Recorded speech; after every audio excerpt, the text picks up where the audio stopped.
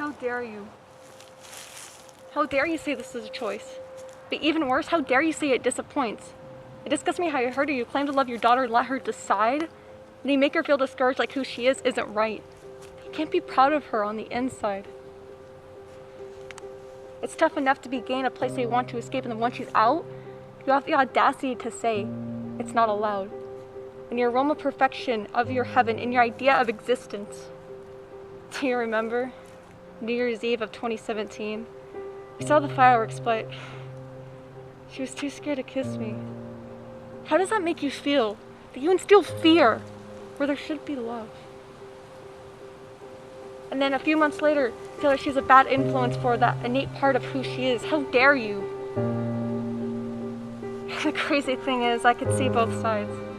But now I know which one isn't right. I used to believe the same way as you. I used to think the same things you do. I used to feel the same way as you, but I could not see you all the way through. When I was in 3rd grade, I lived in the state of Mormon missions. I thrived on being the only Christian, though I didn't know exactly what that meant since I didn't decide what I believed when I was only 7. When I was in 8th grade, I discovered the same-sex attraction thing, and I was excited at this new discovery, also terrified. It conflicted with my beliefs I thought were solidified.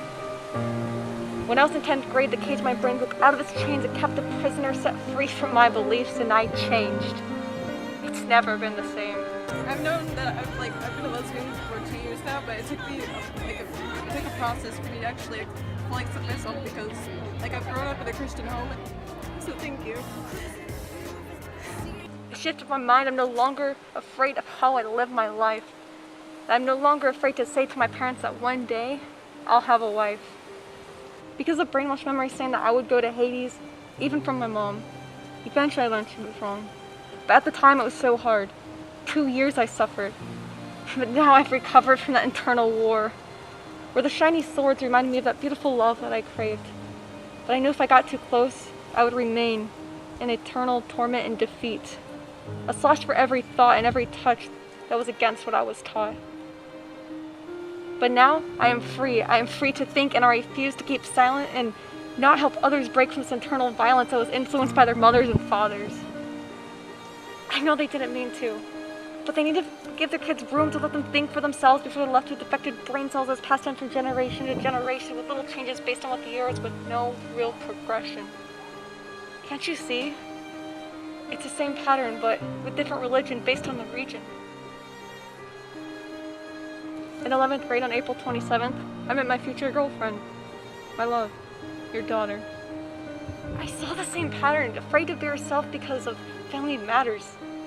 Here, I dare to speak of religion. I do not respect your opinion, and I refuse to accept the pain that's been given to her just because of your decisions and how you thought her to be. A straight Christian girl to raise a family in the same way that you infected the rest of her siblings. Luckily, she did not fall for those ways.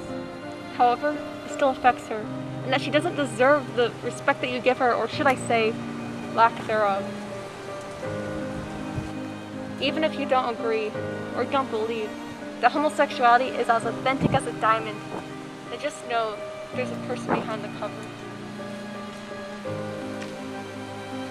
And she is simply being who makes her happy. Can't you be proud for that?